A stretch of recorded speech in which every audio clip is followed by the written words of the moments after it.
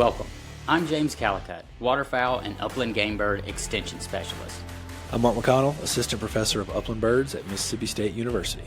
Dr. Brian Davis, professor, waterfowl and wetlands conservation. The three of us are all biologists and hunters. Join us for discussions about game bird conservation and management and the science behind it. Of course, we'll also have conversations about bird dogs and bird hunting as well. This is Gamebird University. All right, so we've had a bit of a hiatus from a few podcast episodes. We didn't get one out last month, but I'm going to blame that on Mark, because why not? Even though it's probably entirely my fault. But It's your fault. well, I was trapping ducks for like a whole month, and I just let it slip my mind. Banded ducks, you're not thinking about much else. But You should just put one of those Brittany mics on you while you're abandoning ducks. we should You could have. just talk about stuff while you're trapping, like a live episode. But then that would have required you to come out into the field with me. No, I don't have time for Well, so I thought we were talking about this earlier about let's just kind of talk about what are the things that you should, as a habitat manager or just an hunting enthusiast, what have you, all the things that this time of the year brings or should be on the forefront of your mind, as well as what was. Yeah, things we need to be doing on properties for your birds and my birds this time of year, things we're going to be thinking about to be doing, and just talk a little bit about what people need to be going through their checklist this time of year. Yep. And for our turkey enthusiasts out there, don't be upset that this isn't a turkey episode, because we've got that one coming up here shortly with Adam Butler. We're going to have a good conversation with him about turkeys and what drives turkey populations and such in Mississippi, and just anything else we can think of on the subject of thunder chickens we'll cover with Butler. So, Yeah, that's coming. all right. Well, Mark, where do you want to start? You want to start with the more important birds, ducks, or do you want to talk about your stuff? I'll go first. All right, good. So we're recording this on March 31st. So going into April, no telling how long it takes you to get this thing out there. Assuming it gets out before too long, if from a quail standpoint, the things you need to be worrying about right now, since we're already underway in turkey season, so we'll leave all that till when Adam's here. The biggest things to be thinking of, we're in burn season right now. Of course, every month just about is burn season. So, don't think you can't burn December, November, January, February, March, April, May. I typically try not to burn during the peak of the nesting, so June, July, try to exclude those months unless there's something really, really nasty I'm trying to burn. And, you think about like in a pine hardwood system, or even an upland hardwood system, or any system really, if it needs a late summer burn, or I guess that's early growing season burn, if it needs a growing season burn, it's probably not nesting cover anyway, at least not to a quail. Mm-hmm. So if it's that thick and rank and you can't walk through it and it's over your head high with hardwoods, light it on, and you can carry a fire, light it on fire. Right? That's the historical lightning season really anyway in the deep south. So have at it. And you're probably not going to burn up any nests if it's that nasty anyway. We did, fair amount of burning this month. I've got some scheduled in April. I've got some burns up until May. Then I'm going to probably shut down on most properties for a little while. And then I've got a number of summer and late summer burns I've got in some really, really rank native grass stands. So if anybody listening's ever dealt with that stuff, that's the stuff where we kind of screwed up and planted grass way too thick, thinking we were doing it right. And you just get nothing but too thick of native grass. And so definitely going to burn out some of that with the intention of, trying to set it back just a little bit, stress those grasses out. And then what we're going to get out of that is a huge flush of forbs to have fresh forbs going in to the later in the summer, as when we've got most bobwhite broods on the ground and, late July, August, that time period. So the idea being the stuff you burn now is going to be great brood cover too for those early nests, especially, but having kind of staggering that burn back throughout the season, you get fresh new stuff at each kind of period. You've got chicks on the ground, and it's also good for other things too. Obviously, it's a lot of good deer forage on the ground in late summer too, when they're actually, finishing up lactating and all that. I hate to talk about pine goats, but it is something that landowners care about. And I'm under no illusions that there's more people managing for quail than deer. So never hurts to give the pine goat people a tip of the hat there. So yeah, we're burning right now, keeping up with all that, trying to do it safely, trying to do it within protocol, and then getting ready for our spring whistling counts. So we typically start kind of late May, early June, going out and listening for those males bob whiting, and you're listening for that specific bob white. I learned a few years ago to make sure because a yellow-breasted chat, the first note a chat makes can sound a lot like that first note a bobwhite makes. And we've had some people get confused on that. Don't count it as a bobwhite until you hear the whole thing. Bobwhite. If you just hear the bob, it doesn't count. So yeah, we're going out, and the things to remember on those, if you're trying to monitor your place for quail, we've done this research, and a lot of other people have too, but we've documented Mississippi. The calling rate is really low, or not really low. It's lower than people would have thought. Low's a relative term. But what we found was about half the time the males don't sing in the morning, right? And that could be because they're already henned up, just like a gobbler. How many times have you been out there turkey hunting, knew a gobbler's on a tree, and he didn't gobble off the limb? Probably because he's henned up and he has no reason to. Now, later in the morning when he separates from those hens, if he does, he may gobble. But bobwhites aren't any different. If they've already got a hen, they're typically not going to sing. A lot of other reasons they might not sing. But we found through our sample about half the time they did not sing, which, sucks if you're going out there and you're trying to use the male singing as an indicator of how many birds are out there. So the way you combat that is, you can do what you're supposed to do is monitor things like time of day, time of the morning, the weather, all those things that affect the calling rate. And you can do that and you can analyze that. And that's the kind of the really robust way to do it. But a lot of people aren't going to be able to run that kind of analysis. So just go out as many times as you can. At least 3 times per point is what the recommendations are. That way you've got a better chance of getting, if a male is there and he just happens to not sing for whatever reason that morning you're out there, you're going to catch him singing just to make sure he's there, and record each individual male you hear. Use that as kind of an index across your property of, it's a crude index, but it is an index of just how many males are singing out there and how many you hear at each point throughout the year. And hopefully what you're seeing is through your management, each year you're starting to hear a few more males. Or if you're not hearing more males at each point, you're starting to hear males in areas you didn't hear males before, right? Yeah. I've got a consulting client I've explained this to, hopefully we're hearing more males in the areas we're already managing, but when you start hearing males in areas you've just started working on, that's a good sign too that you're expanding your birds out to new areas. And so yeah, whistling counts. What else? Trying to get our burning done. Again, we can burn any time of year for the most part for quail. I'd rather you burn than not burn. Keeping up with fire lanes. A lot of people, we've gotten to where, and we'll maybe talk about this later in the summer, we touch ours up kind of right after dove season, just give them one more disc, and that keeps them clean throughout the winter, and then they're clean, when we start getting ready to burn again in the spring. But yeah, doing whistle counts, doing some burns.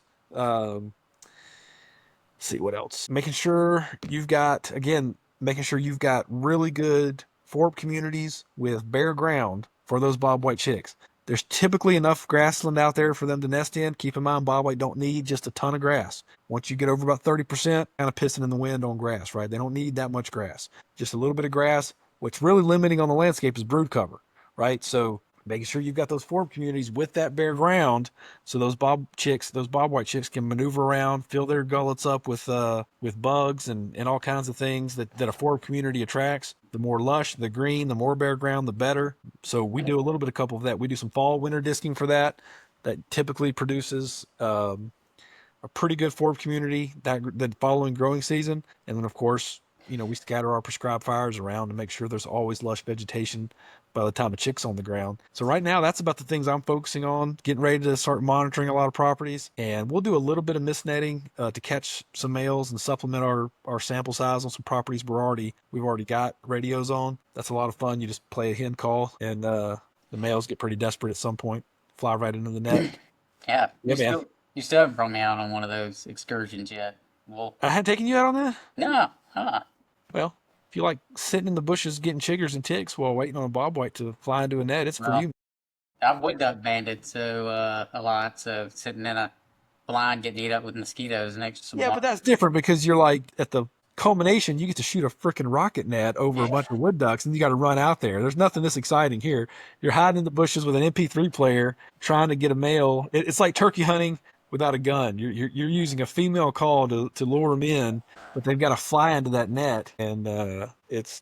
Well, I was trying to make what you were doing sound really exciting, and then you just talked it down yourself. I'm competing with wood duck banding. Come on, man. Yeah. Well, I will admit the duck guys, y'all have a wider range of fun things to do. When I was doing duck research, I think we talked about this one of the first few episodes.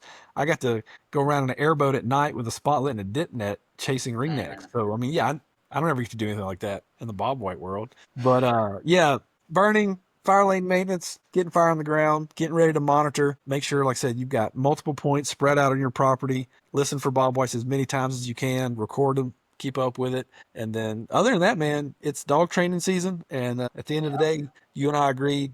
We're not, we'll always make sure this podcast comes back to what we're doing this far. At the end of the day is to get out and chase birds. So Yeah. my dog had a little bit of a health scare and an infection. We're on the mend on that. So as soon as he's ready to go again, we're going to get out, start working on getting him in shape. And as you and I learned this past duck season, he's got a lot of work he needs in the duck blind. We're going to work on a lot. We just got Eleanor fixed, so she's been down and out for the last little bit. So have to get her out, get her some running around and chasing and getting back in shape. But yeah, before we tear off too much from the birding side and get into some of the other stuff, so two things I wanted to kind of clarify, just for those folks that may not have really thought about what cover for broods is and what that brood cover looks like. And when you say bare ground, I think a lot of people, if they're not really thinking about it, are going to think actual, like dirt, bare ground. Cool. Yeah, good point. And so, like, maybe, just that's kind of more space between plants. Like, if you got down on your stomach and looked through it, it looked like a tiny forest. They can move through those forbs and things, No, but that's a have good that point. overhead screening cover and all that. Yeah, that's a really good point. Go to our YouTube page and you can see a video where we did this with imprinted chicks. But yeah, bare ground and the quail world's a little bit different. So like if you were to lay down, what I make students do is lay down on their side, so their ears on the ground, and then the distance from the ground to their eyes, usually about the height of a quail. When you're looking through there, bare ground, for broods, we want what you call overhead color, umbrella cover. We want, think of partridge pea or common ragweed. You want stems with bare ground under them, clean. And bare ground doesn't mean you see the ground. Looking down, you can't actually see it. It's when you have to get on the quail's eye to see it. But what you want is a clean ground with forbs covering it up, so that quail, the temperature's good, they're protected from overhead predators, it's cooler under there, and they can easily walk through there and pick out those bugs. And we get that through frequent disturbance, no thatch. That's why the burn's necessary, right? If you don't burn even a native grass stand that's got a lot of forbs in it, there's typically going to be a lot of thatch left over from the previous year's grass. So you want to burn that up. So yeah, bare ground is just enough for those birds to walk through and navigate. Yeah, I'm glad you. Yeah, and I like too that you talked about how trying to get burning done and everything, but it's not just a February, March type thing. That throughout the year you can burn it. Like we had Craig Harper here doing his seminar, and he was like, any day is a potential burn day, kind of thing, and it showed a lot of the great information that's come out on some of that too. Like as you're burning throughout the year, like you were talking about, you're creating, like you were talking about from the standpoint of early broods, getting some good brood cover off of earlier fire, and then later you're creating it for some of those later ones. And then to the deer point, that when everything's getting greened up and everything's succulent, they're hitting it then, and if you did another burn, you've got some more new growth that typically may not be there in late summer, a real stressful time for deer. So can be I don't really mind a deer being stressed, but the deer people won't want to hear that. So yeah, at the end of the day, just light a fire, do it safely, and try not to burn up quail or turkey nests. But Craig made a good point today in that seminar that I mean, most everybody burns like February, March in the quail world. And typically March, like,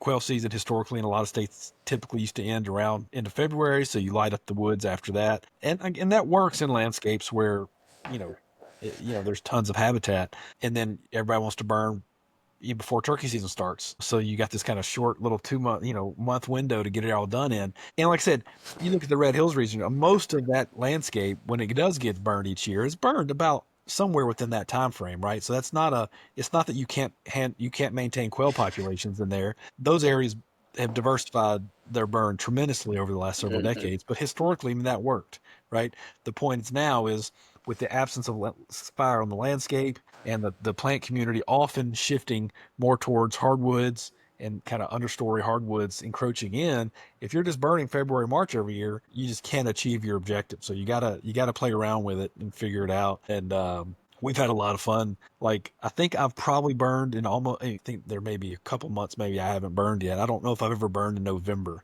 But I burned it just about every month, and it's good to play around with it just so you get an idea how fire behaves Yeah. in those different months. Maybe It's a lot different. burning in November in my duck hole.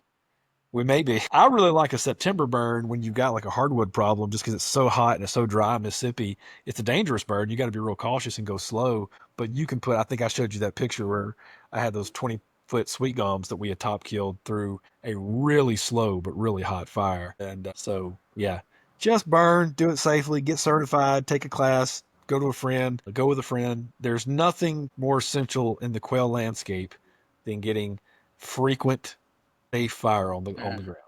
I think people are here. I think one of the other interesting points about Craig's seminar today was I never heard anybody say this out loud. I've always been afraid to say it. We're kind of at the point where we're no longer having to convince people that fire is essential.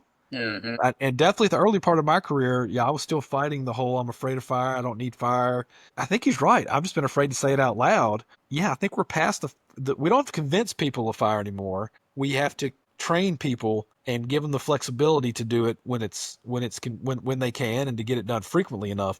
I can tell you in Mississippi, there's areas that are burned by people who know what they're doing, especially on public land. The only thing I'd really change if I was a king for a day, I would just burn a little more frequently, move from maybe a 3 to 5 year frequency to a 2 to 3, and then I'd shrink that scale of each fire. Like a lot of federal places, they've got to burn a lot of acreage and they got to get it done by Hmm. burning big blocks, and that can be a challenge, especially to quail. So yeah, we're fire's pretty. It's cool again. Hats off to all the people that got that done. It's just a matter of getting it done at the right frequency and the right scale now. I think what Christine called instead of prescribed fire, we're in precision fire now. Like now Precision. we're precisely getting the execution we want, which I thought was a pretty cool way to think about it. Yeah, and then I thought that was for sure. I think Christine's coined a new term there this morning. Yeah, that was pretty cool. But that's exactly what like you're talking about. We know used to think about like when I talk to students in the practices class or something, anything when I'm talking about working with private landowners and and you stole your old slide about like knowing the difference between success and victory. And so usually I use that example of you've got someone to burn, but then the real victories if you get that person to do that on their own and do it on a steady basis from that point on. That's right. I guess the third part of that is to get them to do it, at that level of precision that they need to be doing, whether that that timing and frequency and the scale too. Because a lot of folks, they're like you said, it's good if folks are putting fire on the ground. Hats off to anybody that's actually getting out there and doing some burning. But if you're burning 300-400 acres at a time, rather see that being 10, 20, I sure would. maybe Yeah. blocks. I doubt the pine goat people care much, but No. quail and turkey standpoint, yeah. What I tell people, and this is more of just a way to remember it, but I tell people burn as small a scale as that you can physically possible for your convenience level, right? So like we've Hmm. got a property where the average burn unit's 10 acres. That's a lot of work, and Hmm. that I haven't won any friendships through the staff for that recommendation. I'm sure my name gets cursed all the time, but that that's that there's not a ton of habitat around that area. So if I block out 100 acres at a time, which I could easily do, those birds don't have anywhere to go that's optimal, right? Hmm. It's all suboptimal cover. So what I try to do is, and I think I heard James Martin say this one time in a presentation, when you put a dot on the spot on a map where you're going to burn and the area you're going to burn, make damn sure there's something right next to it that's really good so they don't have to make a suboptimal decision, Yeah. right? Give them the chance. So we do on properties where we've really got it tuned in and we've got fire lanes established and we have the fire is prescripted every year and how we're going to do it. We just do a checkerboard, burn one, skip one, burn one, skip one. And that's really just to make it easier on the staff. And we also just keep the fire lanes cleaned up year round. So like I said, that was a huge thing. Not having to put fire lanes in before your burn season starts is a huge time saver.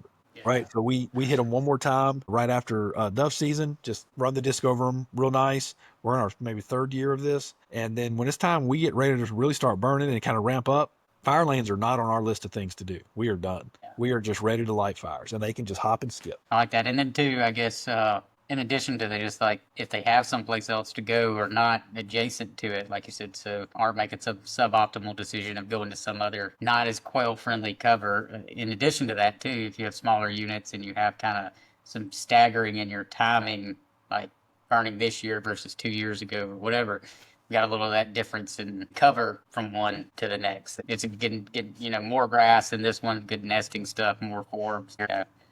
I don't know. I'm not a quail biologist. I'm regurgitating stuff wrong. Well, yeah, but to your point, yeah, and we don't really need, like I said, we've overplayed our grass hand for sure. We don't really need that much grass. I had John Mark Curtis out at come talk to my class on Friday. We were out at one of our farms in West Point at Prairie Wildlife, Brown Farms, and we were kind of just talking about everything. And I came up, you and I, that was indoctrinated into us, right? You plant native grass, plant native grass, plant native grass, and that was the thing to do. And then Craig brought it up again at lunch. It started in the mid '90s and it didn't really stop Yeah. till not that long ago. And we don't really need to plant that much grass anymore. If you just burn a place up or just let it succeed, broom sedge is coming. I have Yeah. rarely seen a piece of Eventually, ground in the South that doesn't grow broom sedge. And so if you're going to plant something, plant a forb community if the seed bank's been depleted, right? I would much rather see people spend money planting forbs and shrubs, which are the other limiting factor in my opinion in the Deep South, than spend money on native grass seed. For God's sake, please don't plant any big blue stem. I probably have a handbook back here somewhere from like I Oh bet yeah. I probably could turn around and find it. A whole establishing native warm season grass, Oh yeah, I know the exact with the little spiral bound on. Yeah, Mhm. that was the Bible for how to do that. And I learned, I guess I've read it cover to cover. Nothing wrong in it. It's just we don't need to do that on the quail standpoint, kind of at the extent and the magnitude we've done it. Yeah. We Just at we should that probably time, probably just overemphasized. we typically tilt the pendulum too far anytime we course correct. That's Yeah. I'm sure in 10 years you and I'll, well, God, let's hope we're not still doing this podcast then. But if we are, we'll probably go, man, remember when we used to plant nothing but forbs and now there's freaking ragweed everywhere? Like, funny story on that. So we had lunch with Mitt Wardlaw and with Craig and Bronson and everything today. And Mitt, great friend of mine, great businessman, great manager. He's great at everything. Done a lot for me in my career. Really fan of him. And I can remember when we were at Brown Farms when I first got here, and I wasn't getting the seed community response I wanted from fire or disking because it would just grow partridge pea. And I wanted some ragweed, so I actually convinced the landowners, hey, let's just plant some ragweed, just get some ragweed area. And so we started putting ragweed out. And I can remember Mitt, who's a crop consultant also, in addition to his many other hats he wears, calls me. He's like, "Are you seriously planting common ragweed in the prairie?" And I said, "Yes." He goes, "Do you know how many years the farming community has tried to get rid of ragweed?" And I said, "Yeah, I wish y'all hadn't done that." But we had a kind of a fun moment of levity because the farmers have been trying to get rid of ragweed for so long, and here we are planting it again. So again, it's just this constant pendulum back and forth between we go too far. I would welcome that in 10 years you and I go, God, there's so many shrubs out here. There's too many Chickasaw plums in the prairie, and we've got to spray them with herbicide to get rid of them. I'd be okay with that because at least it would show me that we were able to get enough of them on the landscape. Exactly. What about you duck people? Do y'all burn at all? Fortunately, well, you and I are planning on doing a little burn, Well, yeah, but that's for a different. That's just to clean out a spot, because there's and no we'll real come good. back to that one. Yeah, we need to talk Yeah, about well, that I'm more. back to it. It's a common post-harvest practice, in rice fields and things like that. We recommended, burning in those situations as far as from an agronomic standpoint to reduce stubble, but then also it has several benefits in just like every kind of, as you can imagine, a fire, any kind of system like a rice system. If you get it dry enough to start carrying a fire, you're gonna do really well and burn up all the stubble in some areas. Some areas it's gonna halfway burn. Some areas it may not burn at all because it's still too much moisture, and so it kind of gives you that. You But I have assume y'all assume. I'm sorry, Coach. I assume y'all want that the way we do.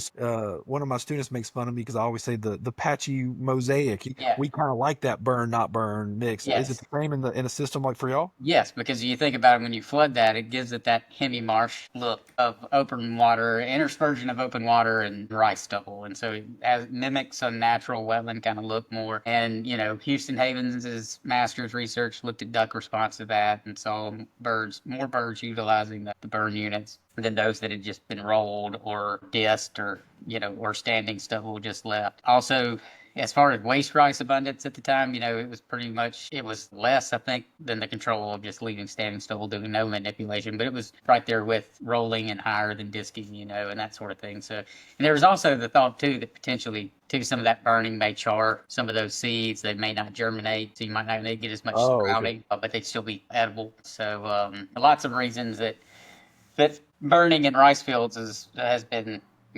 recommended for waterfowl management. There's some folks I know that have tried and have done it as part of some moist soil type work, but I've never put it to the test. Just a much different plant community that you're trying to encourage. I guess you'd have to have a pretty heavy grass component to pull that off, which I guess is what you're aiming for in a moist soil unit too. But and so not really, unless you just had some really, really rank grass and you didn't want to roll it or mow it or something, I guess you could run a fire through it. And if you had some wet spots, you'd kind of probably have a henny marsh look, as far as that fire carrying real well in some areas and not in others. But I don't know, from us not being used as the same way as far as a combination of setting back plant succession and hoping that stimulates better growth in the following year. My guess is in moist soil, it would be, if you were going to use it, it'd be more from like let's knock back this thick stuff so the ducks can get in it. Yeah. So what else are y'all working on this time of year? So this time of year, we're getting close to the time frame, starting to really do some moist soil type management, some of the practices in there. You gotta, hold waters as long as you possibly can, and depends on the site. As everything, it goes back to biologists that we love. It depends phrase, but it really does, because just so many seed banks different in different places, and different units drain different ways, and all that sort of thing. The topography is different across certain units. You have different problematic plants in some versus the other, but typically, like a rule of thumb is starting that drawdown sometime in late April or early May. That's a mid-season drawdown. Early season would be like doing it now, but the mid-season is kind of the least riskiest time as far as hedging your bets that you're going to get a good plant response. It's full of duck palatable species and that sort of thing. The later drawdowns well on into the summer, in your June, July kind of time frame, that can produce a lot more grass component, like barnyard grass and springletop. But it's also a risky time, because you're drawing down in that real hot heat of the summer. Your soil temperature can go through the roof, and nasty stuff like coffee weed and stuff really responds really quickly to that. And so April, May, is kind of a lot of people's comfort zone with drawing down. And y'all recommend a slow drawdown, yes, right? Very, very slow. So you could pull like a board a week or a board every 2 weeks out of a structure, lowering it just by a few inches every week to 2 weeks. And so essentially, for people who aren't as familiar with moist soil management, what we're essentially doing is mimicking what a beaver wetland does. So, beaver wetland is slowly drawing up in the summer through evaporation and everything, and creating those along the periphery, that kind of moist soil conditions, and the plants that respond to those are those moist soil plants, those grasses, annual grasses and sedges and forbs that, produce seed, cover, and for waterfowl and aquatic invertebrates and all that good stuff. So we're just simply using levees in a water control structure to do that very similar type of create that. Coffee weeds. Now I got a question. Since you brought up coffee weed, I mean, I've been out in wetlands before, and it just looks like there's just a carpet of coffee weed out there. Is that because the timing? Is that a timing issue, or is once you've got it, and there's nothing you can do about it? Or do you mow it? Do you spray it? Like, what do people do? I mean, I know ducks will utilize it, but I'm sure you don't want a monoculture of it. No, you don't want a monoculture of it. And that's what you need to be out on the lookout for. And that's why summer plant monitoring is like one of the most key things in moist soil management. As often as you can get out there and walk around in those wetlands and look at the plants that are coming on, because when those plants first start to pop up, you can tell a young coffee weed plant that's like a few inches tall. That's coffee weed from looking at it. So you can see little blades of grass, and then you can see those little coffee weed. You can hit that with 2,4-D, or even after they get up a little bit more, you can hit it with some kind of broadleaf herbicide, knock back that coffee weed and release that grass. That's why, we encourage everybody to get out there in the summer as often as possible, once a week if you can, and at least take a walk through the wetland and see what you've got. I kind of got I don't know, I've got mixed feelings about coffee weed because I like it, a little bit of it, because I think it does have some value in cover for ducks, both, sure. both, you see a lot of ducks getting in coffee weed. And I think to some degree, I think it probably in some places where it's fairly thick enough in those patches dotted around in a wetland, I'm sure if birds get it, there's still food underneath it, which a lot of times there is. So if I've got coffee weed kind of sparse through the wetland and little patches of it, I'm okay. If it's 10-15% of the overall unit, I'm okay with it. Gets past that, then it's like, okay, we gotta do something. Yeah, But I it remember also when. probably Oh, provides a little bit of screening cover for birds, from avian predators and stuff too. Yeah, I can remember when I was working on my uncle's farm years ago, late summer. I don't remember how late. I just remember it being really freaking hot. I used to, I guess it was before we put the water back on. Yeah. On those moist soil units, I used to get a 10-foot house bush hog and I'd go bush hog it down. But I can remember even then though, realizing there was a ton of other plants under it. Mm-hmm. Right. And I guess our thinking then was it was way more than 10% of the unit. So my guess is we were doing that probably to some degree in and around the blinds, just to open it up. But we definitely didn't do it around the whole thing. I feel like we almost left some perimeter Yeah, around the levee. Maybe that was the screening yeah. process or something. And yeah, But leaving some of that on is good. And it can definitely have, great grass communities underneath there that are really, tons of food. But yeah, the drawdown sometimes has a lot to do with that, and it is just, to the seed bank as well. But a lot of times when the drawdown is kind of mostly complete, they love that when that soil temperature gets a little warmer, and they'll respond real well to that. Why you see it a lot, in the places you see it in agricultural settings, So I don't despise coffee weed like a lot of people do. I think it has I its freaking place. hate it. Yeah. Young Mark Curtis with our quail guy, he always says, "Man, why you spend so much time getting rid of this stuff?" Because the quail actually eat the seed, and I told him it's not because, and he's right. I mean, it's not because I'm worried about that. It's just that when you let that stuff go, Mhm. it can propagate and spread unbelievably fast in my Yeah. experience. Hmm. Yeah, and I just hate seeing it, especially in a place I'm managing quail for. Now, if I'm managing quail in an area that's an actual wetland area, that's a different story. But when I'm Yeah. trying to make the place look, quail right, for lack of a better word, God, I hate seeing that stuff. But Oh yeah. It's yeah, and and I've got memories. I'm probably biased. Like I said, I was out in the summer in back this is before we didn't have a cab on it was an old Alice oh Chalmers yeah. tractor with a 10-foot house bush hog, and I'm just cutting through the stuff, and the number of bugs getting on me was just insane. I can imagine. The invertebrate community in those moist soil units is insane. It is. That's why too. I used to hear bobwhites in moist soil units a lot when I was working with when me and Heath Hagee were doing work on his dissertation work, and I can imagine it's especially those that have got smartweed and other things in there. Some of those that aren't as grassy probably are some pretty good areas for quail as far as the plant community. Yeah. Oh, look, yeah. I remember when y'all were in school, you and Sarah Fleming and pretty much everybody who was doing, WRE or moist soil monitoring would tell me about the quail. And Heath and I used to talk about doing a project on that one day. He did one on, I think, early successional birds or something in moist soil when he was at Illinois Natural History, I Yeah. think. But I remember reading that student's thesis. But yeah, I mean, in the Mississippi Delta, if you hear quail, there's either a moist soil unit nearby or young CRP hardwood contract nearby. That's pretty much the ticket to popping quail up around there. It's hard to escape. What about so y'all doing drawdowns? And then on moist soil, is it anything on GTRs? The water should be off by now, right?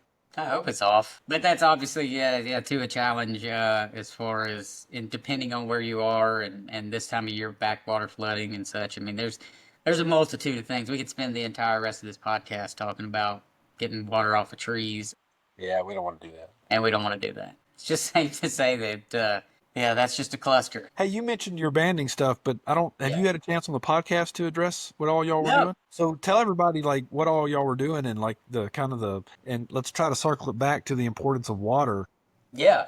postseason, which I know Postseason. we touched on with Heat's podcast a while back. But Let's hit that up again. Yeah, yeah, for sure. That's the first management post actually put out there on the Facebook page and the Instagram about, we started marketing. We did a lot of trappings with swim in traps, just at a small scale, little pilot kind of project. We're gonna obviously scale this up tremendously for this coming winter, but we did some postseason trapping and banding, and we put about 15 transmitters out, gas transmitters on mallards, and but we banded 450 or so ducks total, all different species, All postseason. all postseason. And so everything from blue wings to green wings, shoveler. I got to band the prettiest Drake shoveler, and I was like, this is the most trophy duck ever right here. Yeah, they don't get a lot of attention from the banding. No, they don't. They don't. Caught a few coots. Did not ban those. That would have been cool. I would have been cool though. Look, I'd say we get some money to put some transmitters on coots. Now that would make me very happy. I think you're going to find that they have an intricate system of tunnels to the prairie. They just bubble up, because I can't see them flying that far. I think they just walk their way underground. I can just envision them using the water control structures to navigate through the landscape. They just hop over your boards and then they're in the wetland. That's the way they do it. No. That is not at all how they do it. Yes, anybody. To be clear, that is not what we're saying. Yeah, it was a joke. It'd be a great conspiracy theory to end up on the news about. It would be, but no, we even got some blue wings there at the end of the season. That was kind of cool. Some pintails, widgeon, ringneck ducks, tons of gadwin ducks as well. But so put transmitters on those 15. We've kind of been watching those, and the first Were hens or drakes? Both. Both. Okay. And the first bird didn't initiate spring migration for us till about the 11th of March, out of all of those 15 that we marked. And most of them, all but I think 2, have left Mississippi and are at some stage of spring migration. But and then that lines up, they all left. Most of the ones that left somewhere between the 11th or 12th through like the 17th, 18th-ish. And so I think Doug Osborne and Ryan, I don't know, and Ryan Askren at Five Oaks, I don't know what their average departure dates are, but I think I saw that Brad Cohen's over there at Tennessee Tech, they're seeing about average of March 15th departure date, so pretty close to what the other guys out there doing this work are seeing. But I don't think your average hunter realizes that mallards are still in the Mississippi Delta by mid-March. Well, they definitely don't realize that, but they probably all think they just showed up, too. Yeah. Yeah, and it's funny, too, if you look at those 2 birds, they both checked in this morning. I was looking at some of their tracks, the 2 that are still down here, and both of them, they're fairly close, semi-close to one another. They're like less than probably like a mile and a half from each other, but they're kind of using some different wetlands. But both of them are now, they've changed over, bouncing around like they had in these last couple of weeks, and then every week their movements to where they're going have become fewer and fewer, and now both of those birds are literally flying from one semi-permanent wetland to the other. Really? And so they're obviously just sitting on what's there, what's available on the landscape, which is not much right now. So when y'all started banding after the season was over, the places y'all were banding still had water, obviously.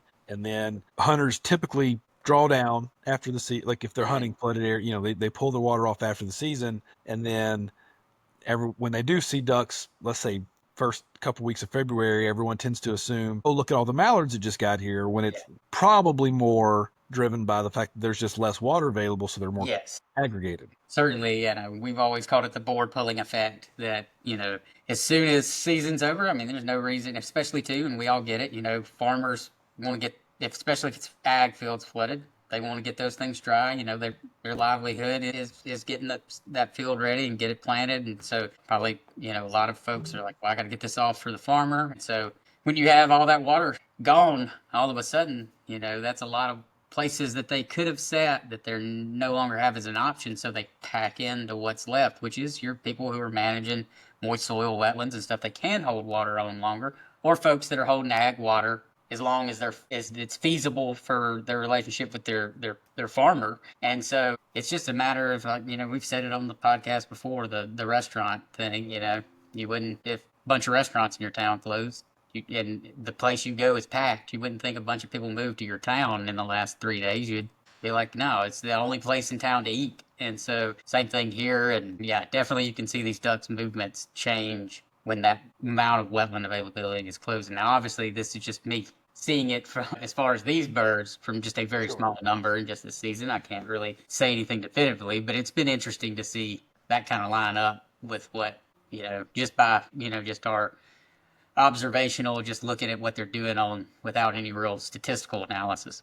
Yeah. So keep water on as long as you can. That's the take home message. It's a huge critical time for them because they're shifting to a lot of invertebrates at that time of year, right? Is that correct? Yeah, so yeah, because they're gonna need eggs or protein, and they're gonna start feeding more heavily on those aquatic invertebrates, and to some extent, some of that drawing down in ag fields and such this time of the year, and then other in moist soil wetlands, if you want to draw them down just a little bit, some of that is concentrating aquatic invertebrates and making them, that's good in some situations, but if it's mud, it's not helping them.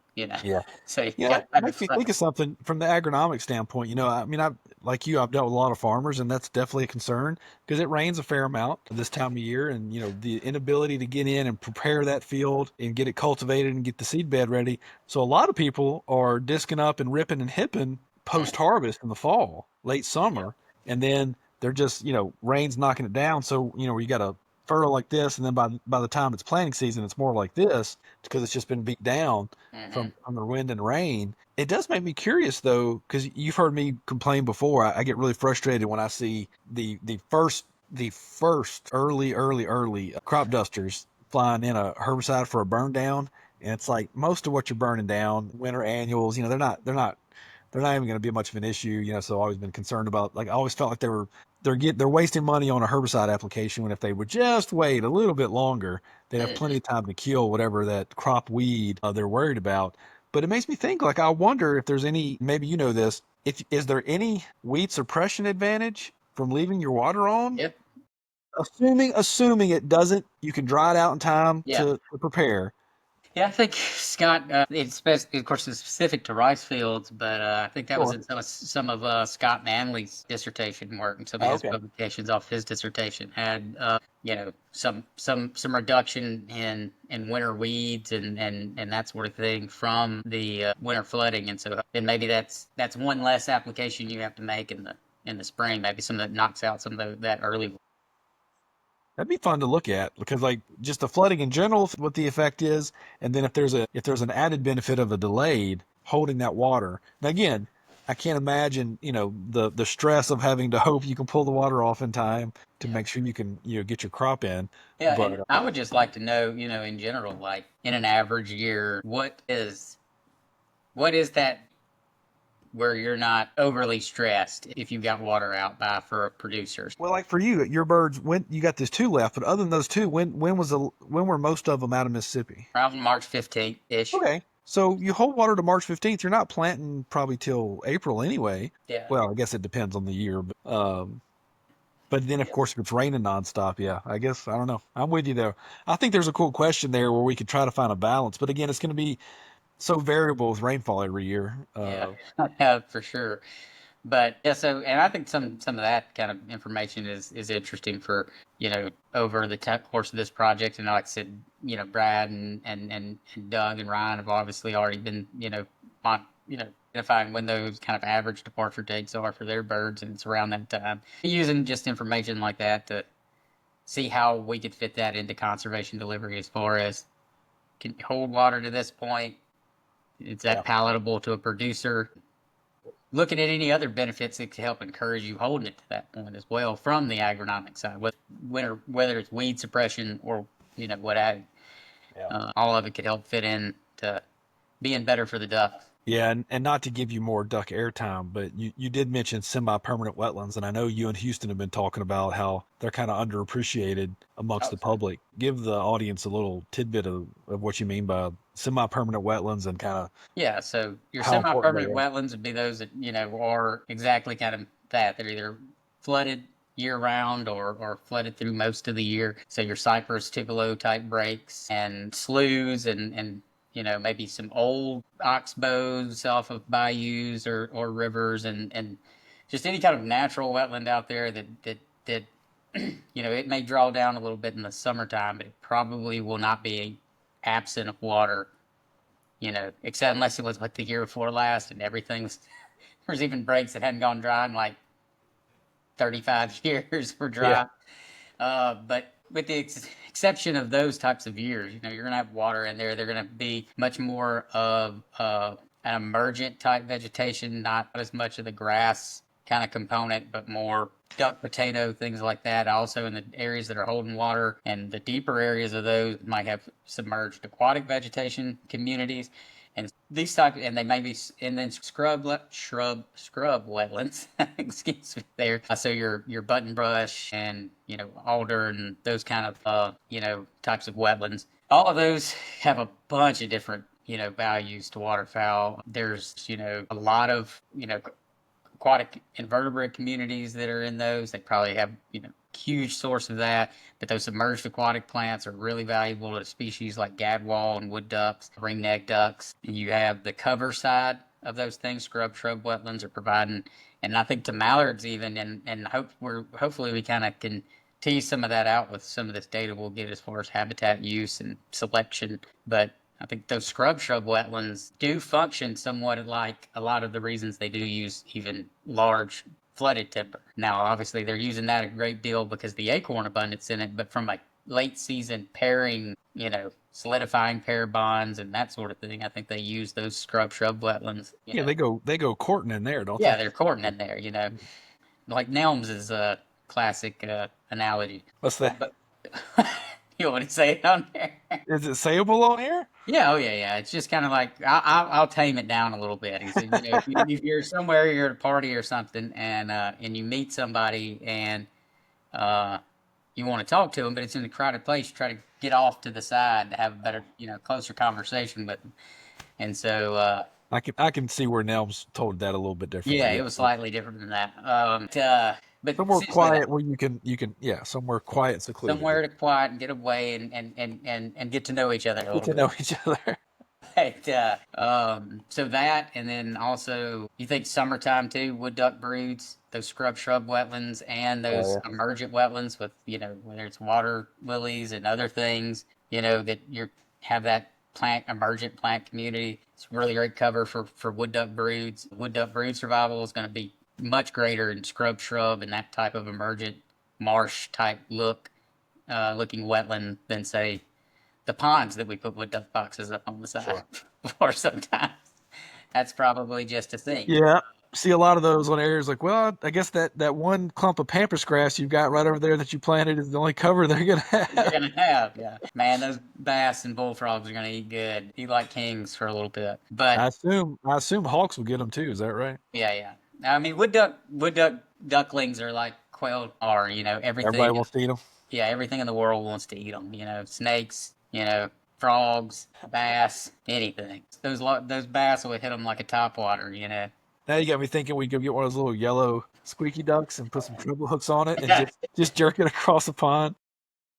I bet you, man. I bet a wood duckling topwater might be something that.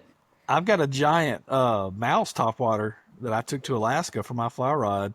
And you just stick it on there. It's got a tail, and that tail wiggles through the water. I'm serious. You get one of those yellow ducks that you put in the bathtub, and you just find a way to get a treble on it. We are trying that. We probably just gave Strike King an excellent idea, See it in the Bass Pro catalog here before too long. Flaky duck. It'll be like, there was our $1 million idea. No, maybe nothing would make me happier than if one of our listeners goes and tries that, and then comments or shows us that it works. Yeah, at least it's something. Yeah, exactly. I'd rather them take the habitat management away with them than yeah, sure. $1 million wood duck fishing lure idea. But no, so those. I bet PETA wouldn't like it. No, probably not. But where was I going? Oh yeah, I don't know. I got a sidetrack. Yeah, we got way off on that one. But no, we're really excited about the project. We might be adding some other species to it as well. But our plan next year is to try to mark at least 100 mallards. Hopefully, Nice. We'll see. It's ambitious, but we're going to try it. And we're trying to cover the trapping sites across most of the North Delta. The North Delta, just especially Tallahatchie County and some of the other surrounding counties there. Cold water. The confluence of the cold water and the Tallahatchie, and all those areas that radiate out from there, that's, really kind of where the highest density of ducks, in the Delta are, and then that's That's not a hot spot I see on Houston survey. yep. And so we kind of want to look at just fine. We don't really have all of the GPS telemetry data in Mississippi from past studies has all been, VHF, all of Lancaster's work and some other studies prior to that. It's great for getting overwinter survival and some coarse habitat use. But with this technology, obviously you can get some real fine scale, take a location every hour and get nocturnal and diurnal use and Did you see any difference in departure dates for your hens? I don't know how if y'all had it split evenly or not between hens and drakes on the mallards. now they pretty well all left in that. The drakes left first, or the first ducks to leave, I will say, out of my marked ones were drakes. But I mean, that's probably driven, if they were paired, driven by her anyway. Yeah, Right. that's fair. So, but yeah, no real, they all kind of left in that same week, most of them. But yeah, hopefully that'll give us a lot of, a snapshot over if we, especially too, we're planning on doing this for multiple years, 3 or 4 or more years. And, with hopefully catch enough variability in conditions and such and look at how maybe wetland availability on the landscape influences. Yeah, I'm excited about y'all's looking at the water analysis and then pair Yeah. that with some GPS units. It'd be pretty cool. Mhm. It's cool that once you get a new tool like a GPS unit, it's the amount of questions, the whole new set of questions you can Oh, ask. yeah. Right? I bet. There was only so much you could know with V. Yeah. And so now, not only can we just get more data out of it, without having to, it's a lot more expensive, but I don't know. By the time you add up all the gas and everything driving around with that big antenna sticking out of the top of the truck, I don't know. I've never put pen to paper on it. Even if it is more expensive, because I think Justin Thayer did this with deer and VHF. Mhm. So I think Thayer claimed that at the time he was probably the last VHF deer tracking study. And at the time he may have been, I don't pay attention to the pine goat stuff, but I guarantee you, even if it's even or even if it's more expensive, the ROI, Oh, yeah. because of the extra data, it's exorbitantly higher. Oh, I mean, yeah. you're learning so we've got them for quail. There's been a few papers published with them, but they're not real great yet. There's a lot of challenges with them, but I look forward to the day that I can get a better handle of, especially during the middle of the day, like how much time they're spending loafing or how much time they're spending doing all this stuff without having to send a technician out there getting a location every 30 days with an antenna, every 30 minutes with an antenna. What's the size of those VHF transmitters? How much do they weigh? Yeah, you can get them 5-6 grams. They it's just right now there's just some not. I mean, they work. Yeah. Brad Cohen published a paper. I think him and Brett Collier and some other people a couple years ago using them. They work. It's just right now there's some hiccups with it. It's not perfect. Yeah.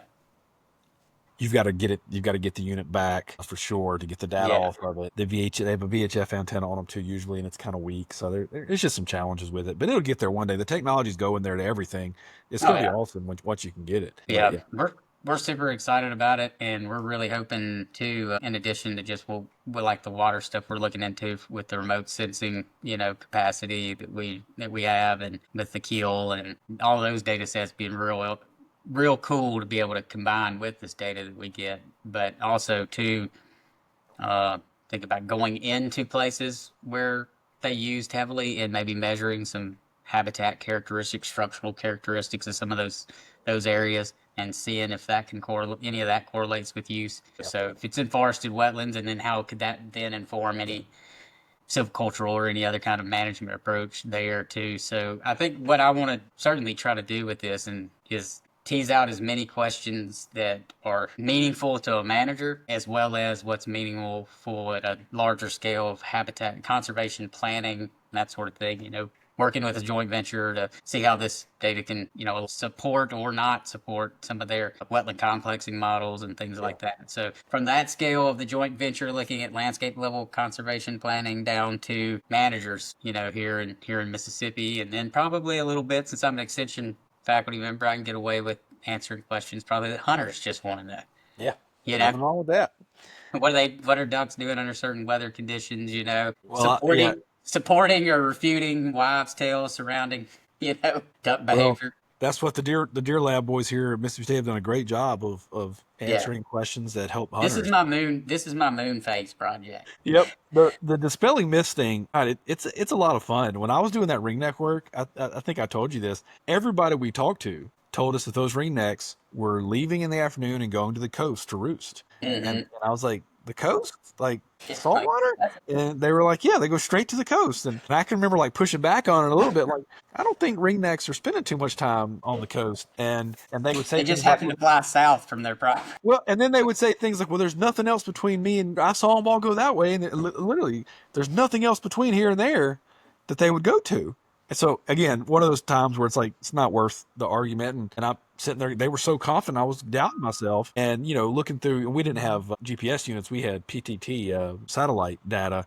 So it wasn't nearly as accurate. And I could ask Tori, the student that did it all, but I remember going through, I don't think a single duck, a ringneck duck that we tagged ever went anywhere near the coast. If they did, they sure as hell weren't on the coast. They were just hopping around from wetland to wetland, and probably based off disturbance, since there's so much flooded agriculture in that Red Hills region. But it was fun to see that and realize, and what I love most about studies like this and studies that I've done with quail, I like learning stuff I didn't know, right? Yeah. Like if you'd asked me, like how often a male sings, I've monitored, or fortunately my career has almost always been in low density quail areas. So Yeah. I was fairly certain they didn't sing every morning. I would have never said it was 50%. Like that would have shocked me. So Yeah. that was cool to know. So yeah, man, that's cool stuff. That's going to be years of really fun data. And what's interesting is when you present stuff that kind of just, you kind of go through the myths and legends. I did this at Pheasant Fest. One of my talks there was just myths, misunderstandings, and red herrings in the quail world. And I didn't have any data. I just had pictures of surrogators. I had pictures of pin-raised birds. I went through all the things, the old wives' tales, all the stuff we say about quail, and I just said, here's what's true, here's what's not. And that's kind of, y'all are gonna have a ton of that, Oh, yeah. especially like the deer boys have done great with like deer movements in cold fronts and temperature and stuff like that. If you continue this hourly rate of data collection, you're gonna have what ducks do not only just during cold fronts and stuff. You're gonna have it like when it's raining.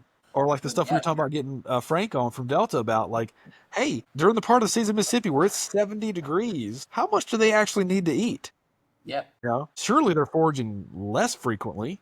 Yeah, you would think. Right.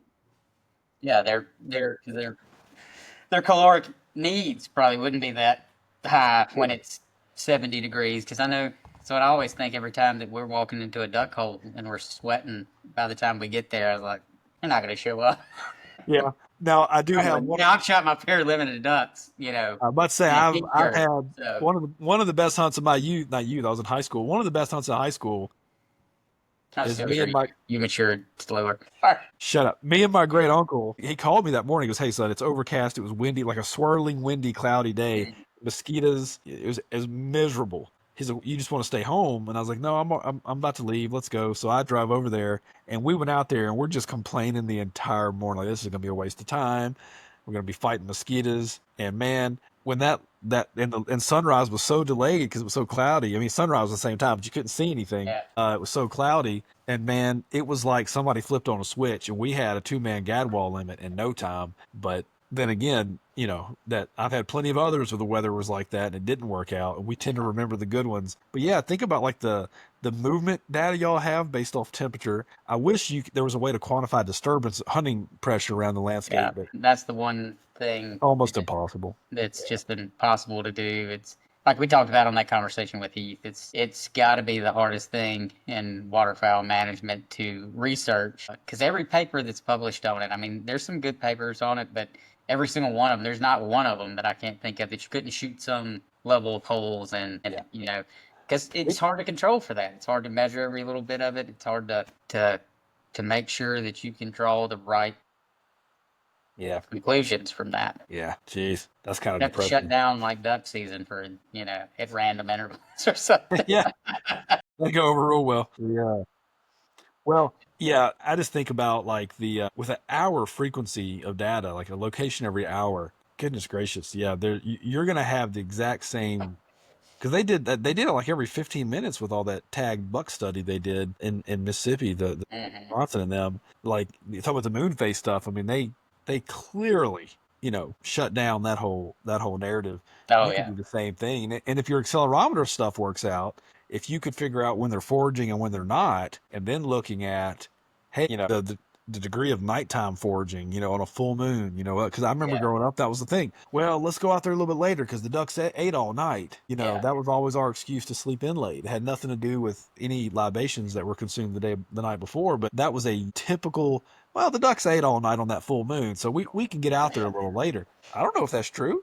We just believed it. Well, there's certainly some foraging that goes on at night. I don't know if it's associated with full moons or not. That always grew up thinking that too, because seems Why like not? why not? But yeah, definitely could. I'm really hoping that accelerometer stuff will get us at some of that. I got a lot to learn when it comes to all of that. It's going to be a daunting thing on my end. You're going to have more data you know what to do with. Yep. Usually it's a matter of wishing we'd collected more. You're going to be like, God, why do we have so much data? Why did I do this? Why did I choose? You choose a project that has some really cool work in it, where you're trapping and banding, putting transmitters on, and then you can look at it every day and see where these ducks are, just all this cool stuff. And you got to realize how the quantitative skill sets you're going to have to pick up, and then the amount of data you're going to have to mess with is intimidating. But well, I knew once we got on ducks, we were really going to get going. We spent the first 16, 20 minutes talking Yeah, about no, I was just saying we were going to get into some really thick conversation when we got into it, which we did, because now we've gone over an hour. I think probably as much as folks want to hear the two of us talk. Probably so, yeah. But we got a couple of great episodes coming up. Like we said, we're going to have Adam Butler on. We're also going to have what I think is going to be a really fun episode with Dr. Josh Stafford at South Dakota State, and that's right. I forgot about that. And the one and only Carl David Godwin. And so we're going to talk a little bit to what we've just been talking about myths and red herrings of the Gamebird and waterfowl world. So the four of us are going to have a really fun conversation about that, and several other good episodes planned. And those two guys know each other, right? Yeah, because Stafford did his PhD here. So That's right. Okay. Yeah, that ought to be a lot of fun. It definitely will be. I've already warned Dave, if we get the reception I think we're going to get from it, we're probably just going to have a story hour with Dave that happens every couple of months on the Gamebird University podcast. Fireside chats with Dave Godwin. Yeah. Kind of like the thoughts with Jack Handy back on the old. Oh my God! I assume we can probably use that name without any kind of legal fight from Saturday Night Live. I would assume so. I don't think anybody that would sue us over that listens to this podcast. Yeah, we're gonna get a cease and desist letter from Al Franken. Yeah. But all right, I've had enough of you. I'm hanging up. Yeah, I have too. Appreciate it, man. All right, man. Talk to you soon. Thanks for joining us on Gamebird University Podcast. To keep up to date on when new episodes are dropped, or for more information on Gamebirds and their management, you can follow us on Instagram at MSUEXT_Gamebird, or follow us on Facebook at MSU Extension Gamebird Program.